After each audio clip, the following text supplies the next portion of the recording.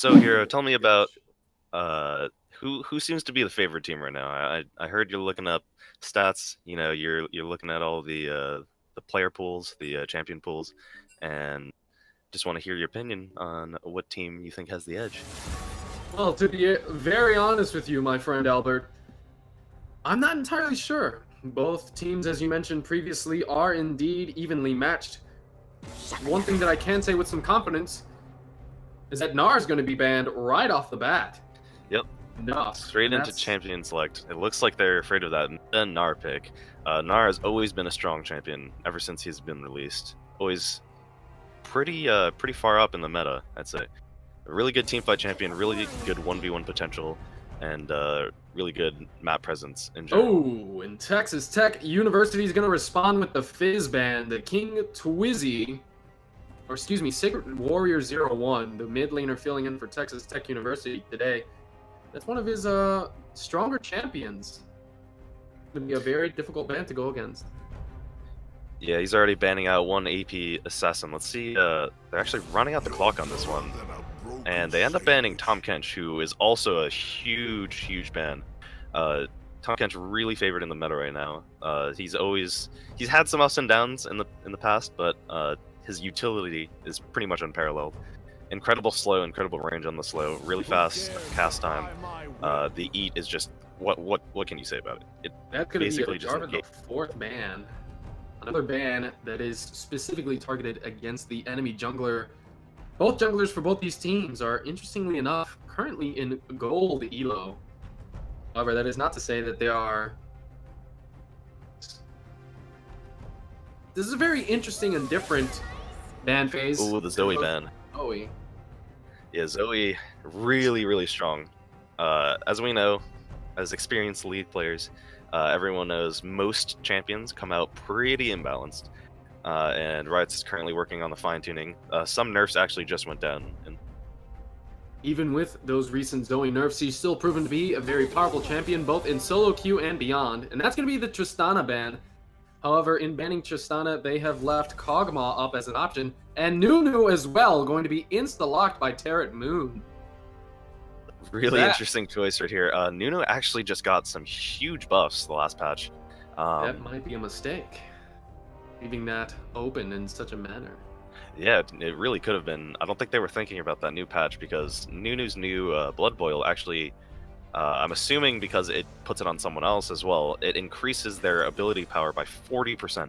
That is more than a whole death cap, and so I'm not really sure how that's going to work, but it looks like a really strong pick, as well as some really good fine-tuning buffs to his jungle speed and root. In the meantime, Zirillion, Unreserved, Arya, and Sacred Warrior have all insta-locked their most played and most popular champions. It's going to be a bloodbath for both of these teams here today, as Camille, Sejuani, Taric, and Azir are all of their respective players' most favorite champions. Yeah, it looks like there's a lot of utility going here for UT, and Nunu and Taric don't really do the most damage, but they are very good with utility. Taric, of course, having incredible utility. But it doesn't look like there's too much damage on the team just yet. We'll have to see what their other picks are. Texas Tech, on the other hand, opting to go for a very large amount of engage between Camille, Sejuani, and Thresh. There's going to be the expected Kog'Maw ban, a little later than I expected, but that's going to be very easy to tell. I wonder how University of Texas Rio Grande is going to respond in terms of their AD carry pick. They don't have a lot of damage available on their team just yet. And those scaling ADCs are going to be very important into rounding out any team comp. Yeah, we got to see what this next ban phase favors. It looks like they're shutting down a lot of control mages, as well as team fight potential, and well, Tom Kench is kind of just annoying. Texas Tech really shutting down those late game ADCs. As you said, Tristan Cog are banned away. I'm not really sure what their ADCs play, but those are really favorable right now. Well, I'll have you know. Oh, that's a Jinx ban, a ban that is specifically targeted against University of Texas. Jinx being their their AD carry's favorite champion to play. Yeah, it really looks like they're hammering down hard on the ADCs right now. 3 ADCs banned from Texas Tech.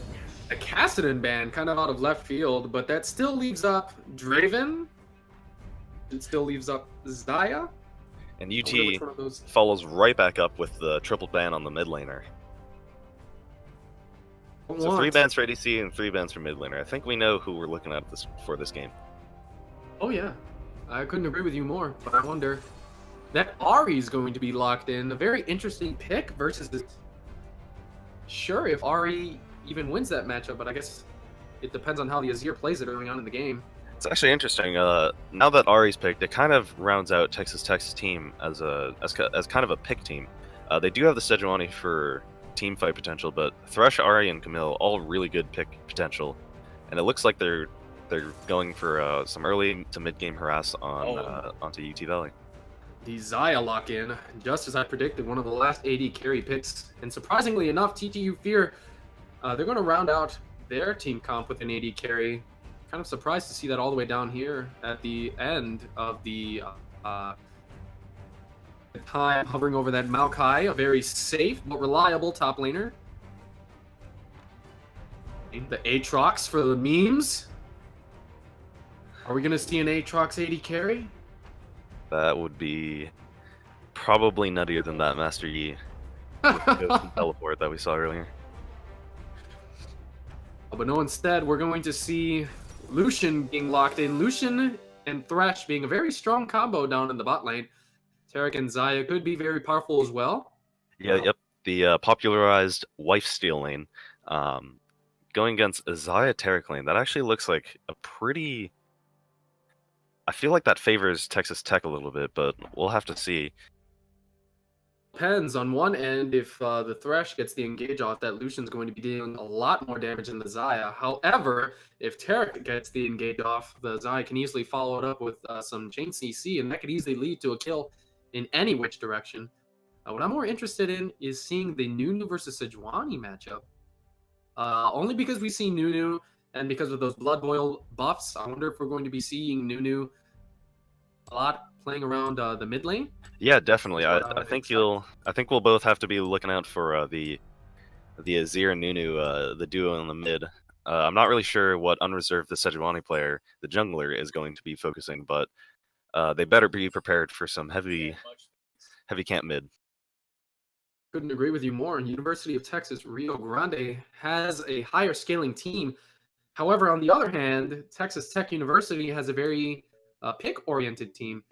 Could honestly go either way for any of these guys if the game goes on a little bit too long. Yeah, so I was actually about to bring this up, but it looks like they swapped right at the last second.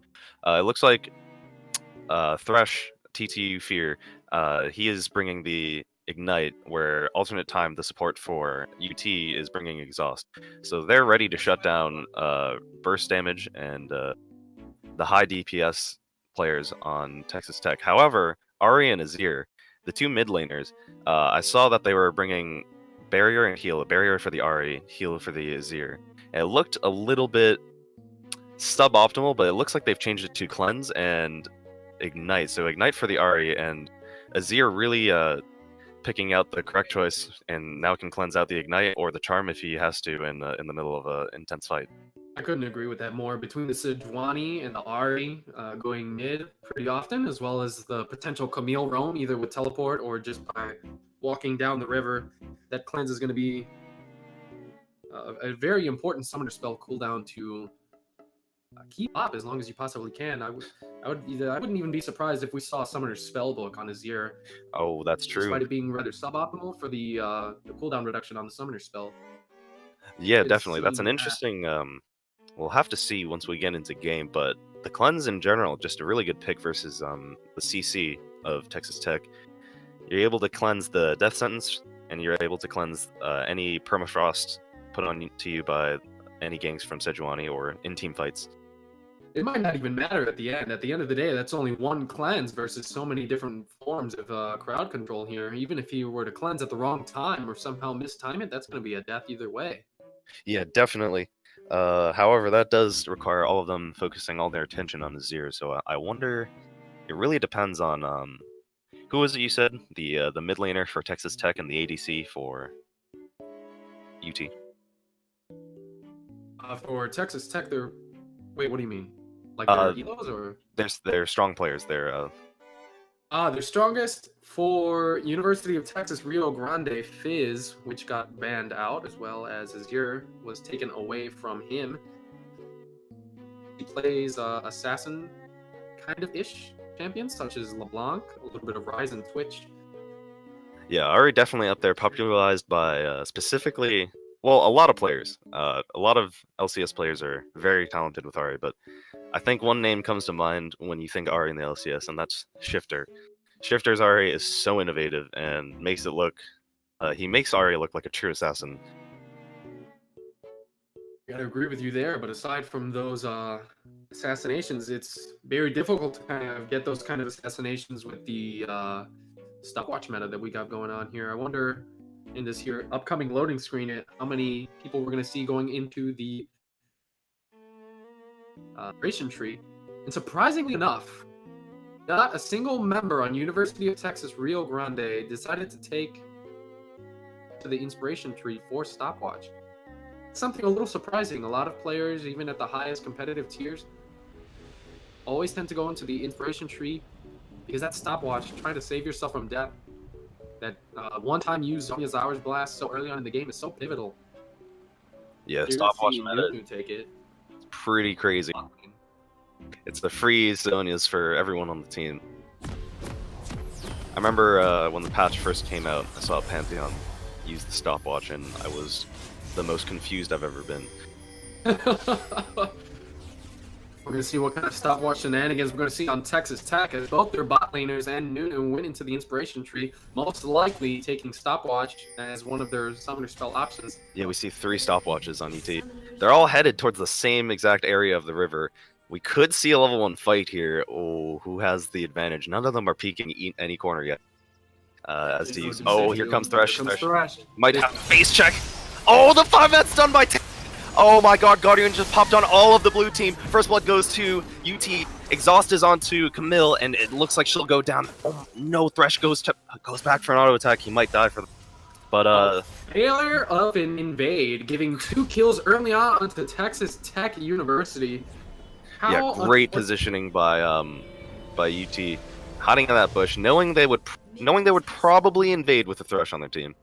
And those kills, just for the record, went onto Maokai and Nunu. Extra DPS, but even so, giving up those 2 kills is already going to put Texas Tech University down 1k gold. Yeah, they did end up nerfing the EXP you get from early kills, so I'm not really sure if all 5 of the laners, or all 5 of the players on blue team are actually going to get that level 2 off of the first wave. The only thing that they got out of that actually was that ward, and that's not really revealing much for their team. How rather unfortunate. Yeah, Nunu actually has somewhat of a difficult clear, especially when starting Snowball. A very interesting choice for both these junglers here. In the meantime, you're seeing Nunu doing a couple of the Wraith camps, not going to completely finish it. Sejuani, on the other hand, going from blue buff straight onto Gromp. Yeah. Blue buff. Probably trying to abuse that catch-up XP. Clear path in what junglers usually go. They usually go buff to wolves to the other buff. And you can see how far ahead Nunu is right now. He already has this double buffs, and Sejuani's just getting started on the red buff, so he might be able to get some early ganks. Also, Azir pressuring mid lane really well. Had that level 2 advantage over Ari, and is pushed up, so he might be able to get off the 3rd kill of the game. Actually, looks like he's head top. And it looks like he's looking topside here.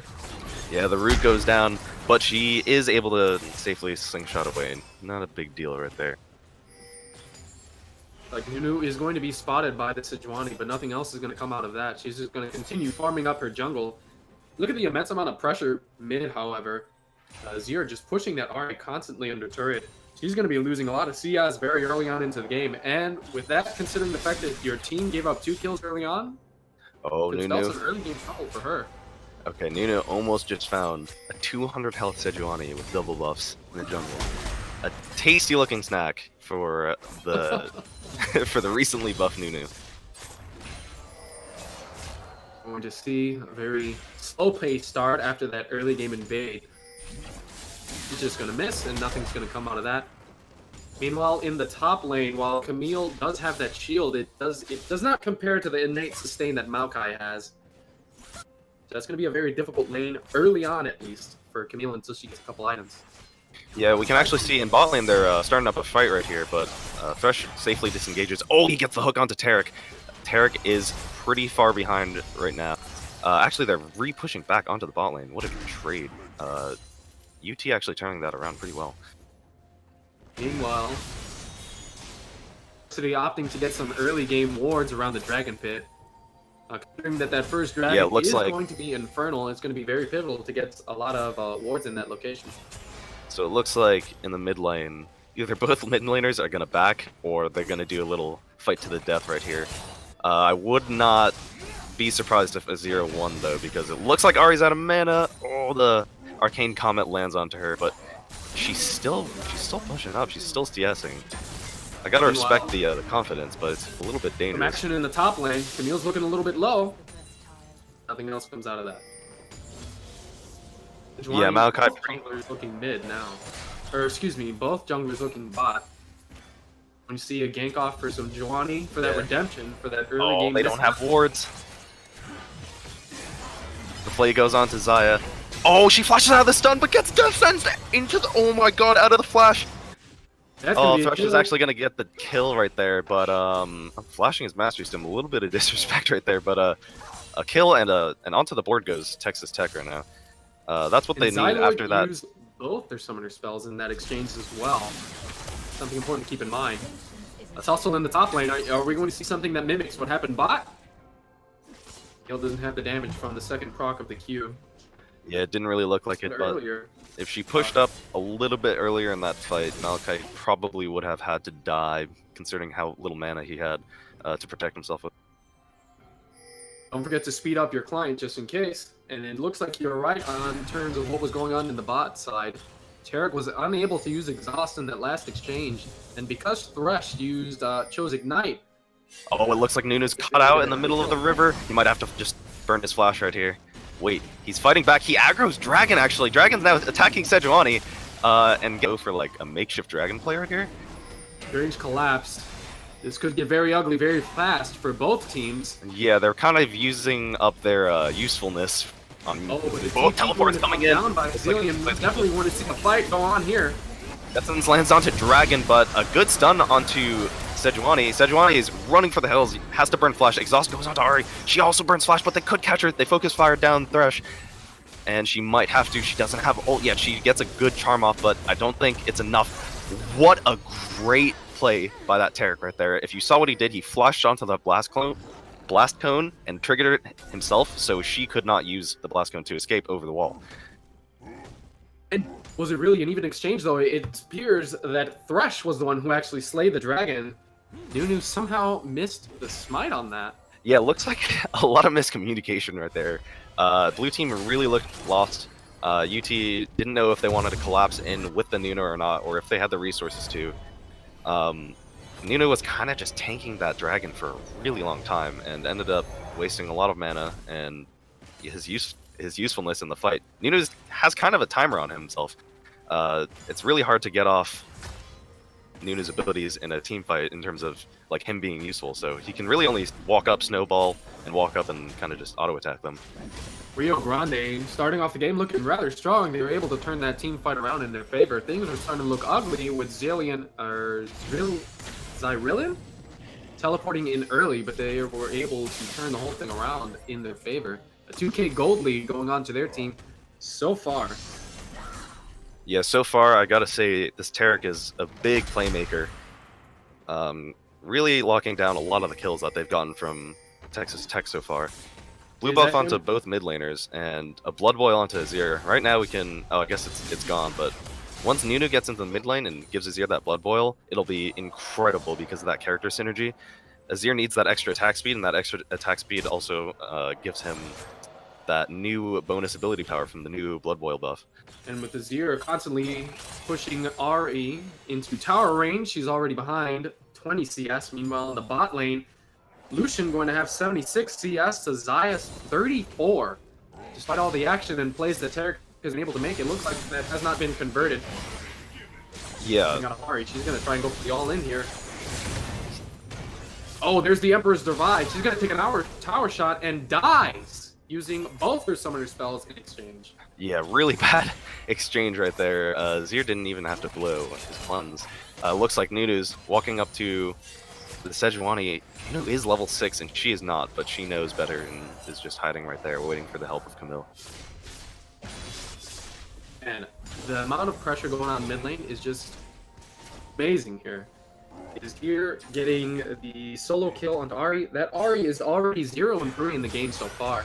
Oh, a poor walk up by Xayah.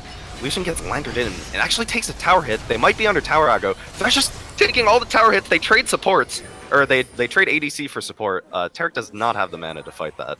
Their Xayah kind of just walked up and got flayed.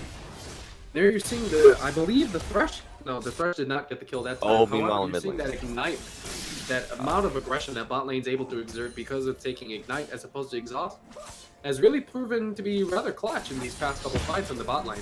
Yeah, although it's 6-2 kills, we can see that the gold lead isn't too significant, only about 1.4k gold. And bot lane's kind of carrying him right now. 93 CS on the Lucian, keeping his CS even with the score, but Xayah's lacking behind. 0-2, but 5 assists on her. Bot lane seems to be their saving grace this game. Bot lane going to be enough, however, with your jungler just barely getting level 6 to Nunu 7, and your mid laner being unable to roam because of being constantly pushed under turret. It's going to be very difficult to coordinate any sort of team fight until major objectives come out later on in the game. That's not going to stop Ahri, however, from roaming bot side.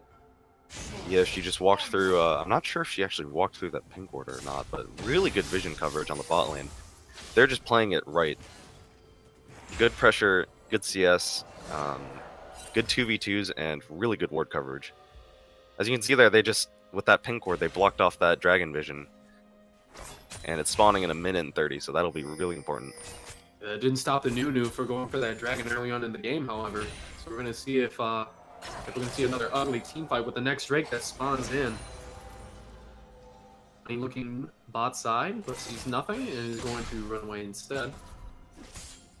Same deal here with top lane. It looks like they don't have that good of communication going on. Nunu kind of just what they call using jungler's happy feet, just walking in between lanes trying to find a good opening, but both mid and top lane pushed to where he can't gank. Actually, a fight up in the top lane. Maokai uses his grasping roots and gets her under tower. Absolute Zero right under the tower, but she dodges it with the ult. Doesn't matter though. She's really low under that tower. Really was not expecting that dive up top lane. But now, Dragon spawning in 40. This is an opportunity for Texas Tech 4v3 down there to regain control of the Dragon and war coverage. With Lucian pressuring bot side as much as he is, they might be able to take that Dragon for free. Oh, wow. That hook that actually landed. Yeah, the wife steal lane, just a bit too powerful. Mid lane, the Zir's getting really good harass off on this Ahri. She's down 2 levels and half health compared to the full health of a Zir. He's healthy and looking for some room. I said it early on in the draft that Ahri into Azir was a very interesting matchup considering how control-oriented Azir can be, especially in lane. And he's proven that to be true as he's been a dominating presence. Oh, he got the charm. He got the cleanse off on the charm very nicely. Didn't even stop the animation. Beautiful timing. Now that's going to be an Infernal Drake, hopefully going over to Rio Grande's side. Yeah, really important Infernal Drake. It looks like Texas Tech is just backing off. Pretty good choice. Their mid laner's kind of out of commission, and it doesn't look like their top laner's willing to fight. Kind of pushing them away. Making sure that nobody can approach the dragon safely, at least. Yeah, it looks like those bans of the champ select phase were pretty effective. It doesn't look like King Twizzy is going up to par with his Ahri. Really tough choices though, but it looks like UT's star, the ADC, came out on top with those three, I think it was Tristana, Kog'Maw, and Jinx bans, and he's still doing really well with his Lucian pick. Speaking of ADC, Shoney Boy has proven to have a very dominating presence in lane. He already has his first item, Blade of the Ruined King, completed. Nobody else on either team has a full item completed. Zero being the closest, building towards that wit's end here. Yeah, 46 CS lead and a 900 gold lead for Lucian over Xayah. That's huge. However, in the mid lane, it's... Oh, it goes onto Xayah down bot lane. The stun gets onto Thresh, but Lucian very swiftly dodges it. The invincibility is going to be a lot, though. Exhaust goes onto them, and they have to disengage away from that fight. But UT's bot lane has used all their resources, so if they land a hook now, if they just get a surprise engage, they might actually die. Rather unfortunate. You're seeing that Tarek finally was able to get some use out of his more defensive summoner spell and ultimate lineup. Yeah, you can see that the pressure is really getting to them as mid lane's getting pushed down, as Sejuani's the only one defending it, and they can't really defend it.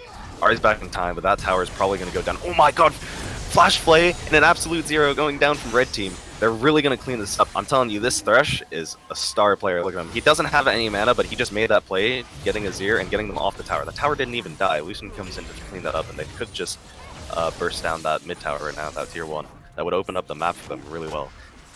Classic textbook collapse made here by Texas Tech University. Trying to make up for the earlier losses in the game. That might be the tier 1 mid turret going down, and that could put the Ari back in the game, as that opens up a lot of options in going into both top side and bot side.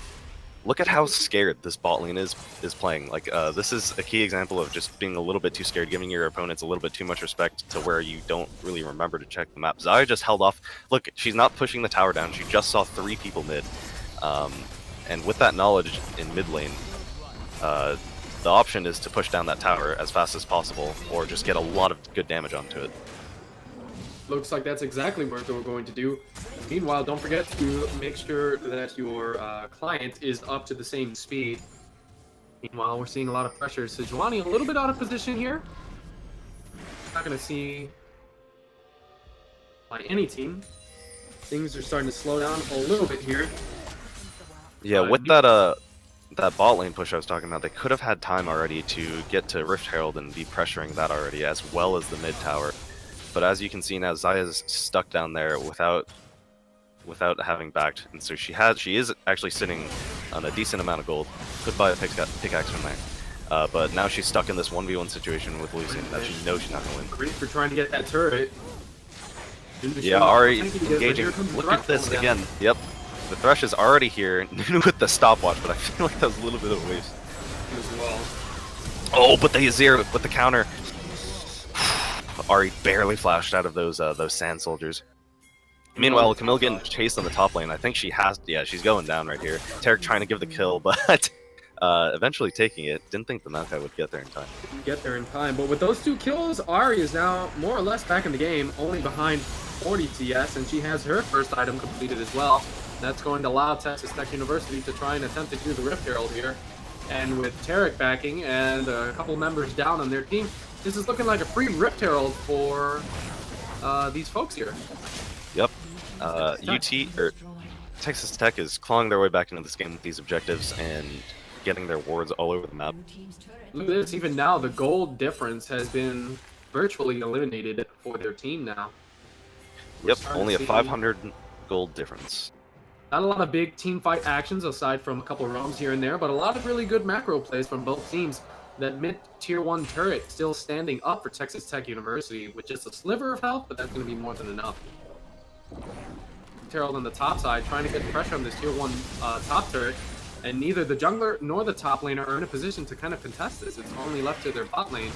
Versus 3 players, that's going to be a turret going down pretty easily.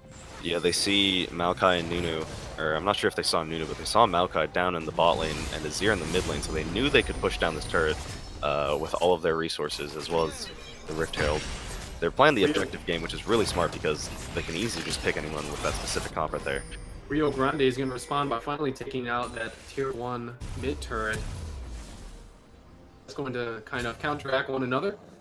Another Infernal Drake spawning in 30 seconds. That's going to be pivotal for either of these teams to capture, with Baron spawning in about 2 minutes.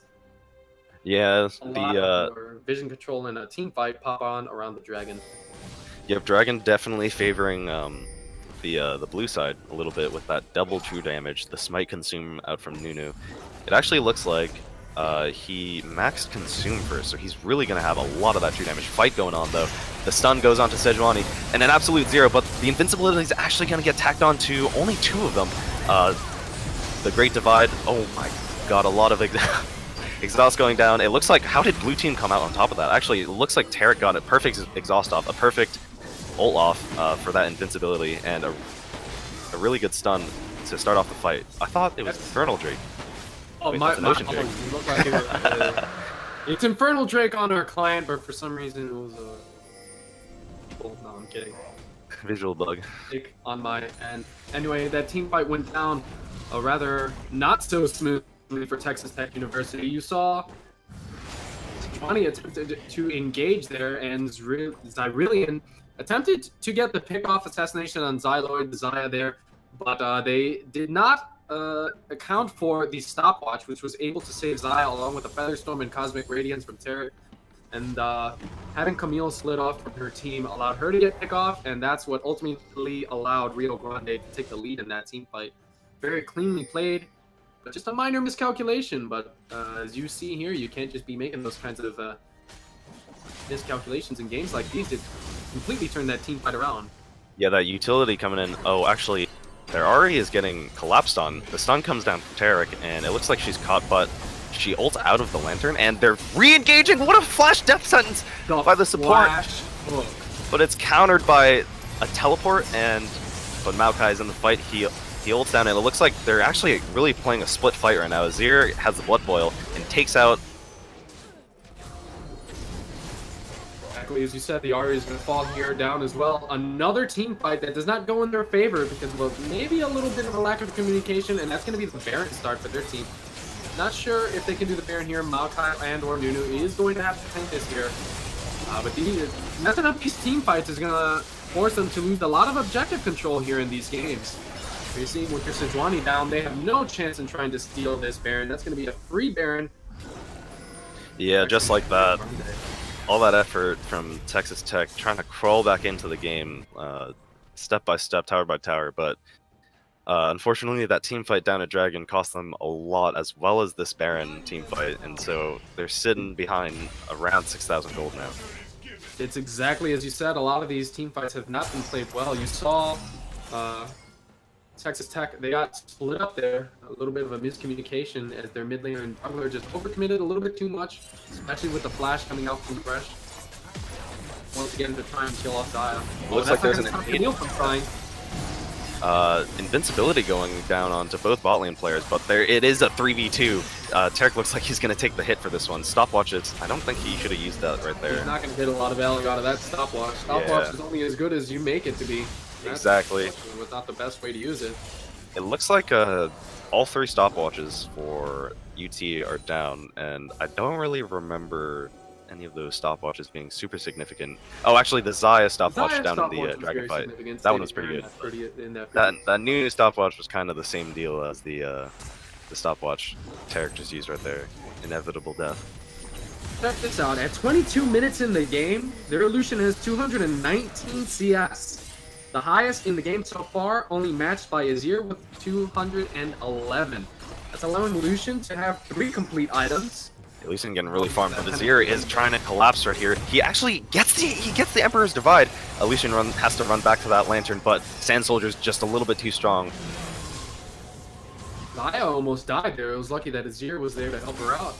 Yeah, this mid-game power spike for Azir isn't really a good matchup for this Lucian. This Lucian's a little bit outmatched in terms of that kind of 2v2. Tony Boy trying his best to keep the team alive, but so far his efforts have been in vain. Yep, and it looks like an Ahri, there's a 2v2, 3v2, they're collapsing in with Sejuani, and it looks like they're actually getting caught out right here. There's something going wrong with my game, so I can't exactly see what's going on. In the meantime, though, while he fixes what's going on in the game, that's going to be the Glacial Prison coming out of Azir. He's going to find himself getting caught out as well. And that's going to be the death from Azir, but not before he's able to take out 20 in return.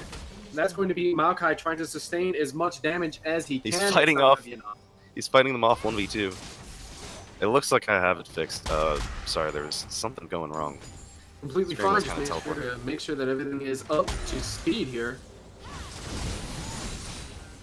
Fight. Azir was able to get 1 kill off, but he kind of overcommitted, got a little greedy trying to save his teammates, and paid the price for it. Check this out, an 8k gold lead. Yeah, they're really pushing these advantages. Getting that bot tower. Another dragon going to be live at 1 minute. Not Infernal this time. The ping's coming down for Ward and Vision. They're trying to push up. They know their ADC, their carry. He is up top, and so they know they can pressure this dragon. It's spawning in 50 seconds. He should, yeah, there it is. He's backing right now, trying to get down there and top. Interestingly enough, neither team has a lot of vision control around this dragon. You're seeing a lot of vision for blue side here being on top, probably for that Baron play earlier, but they're definitely going to be prioritizing getting some vision here to make sure that they can secure this dragon. No mess-ups. It's charmed by Ahri. Yeah, it looks like Could have been a very good is regaining their composure. Their communication is getting a little bit better. And their team fighting... Oh, that death sentence missed. And their team fighting is definitely getting a lot better. They're improving as the game is going along. I think they're just gotta flush out a few kinks and should be good. Waiting for this dragon to spawn. We're gonna see a really nasty team fight come up. This is an Infernal Drake. Yep, they definitely want this Infernal Drake. They're starting it up. It doesn't look like they're opting for the push down mid as a counter to them getting the Infernal Drake. That might hit them. That might bite them in the long run if they don't get this push off. Oh, that's going to be the Nature's Grasp coming out of Maokai, trying to get that engage off, save it in that mid tower. Yeah, the range on that is so long, it still roots 2 of them. They're desperately trying to flash for the Lantern, but Lucian bursts down to 100 health instantly. He can't get any damage off. That was an amazing play by Maokai. He opted with the Nature's Grasp, stopping them from taking mid. Yeah, shutting off all the roots. He was able to get that flash into the root, and that allowed Azir to get that pivotal Emperor's Divide, dealing edge to the enemy team. Thresh going to go down here, as is the mid turret.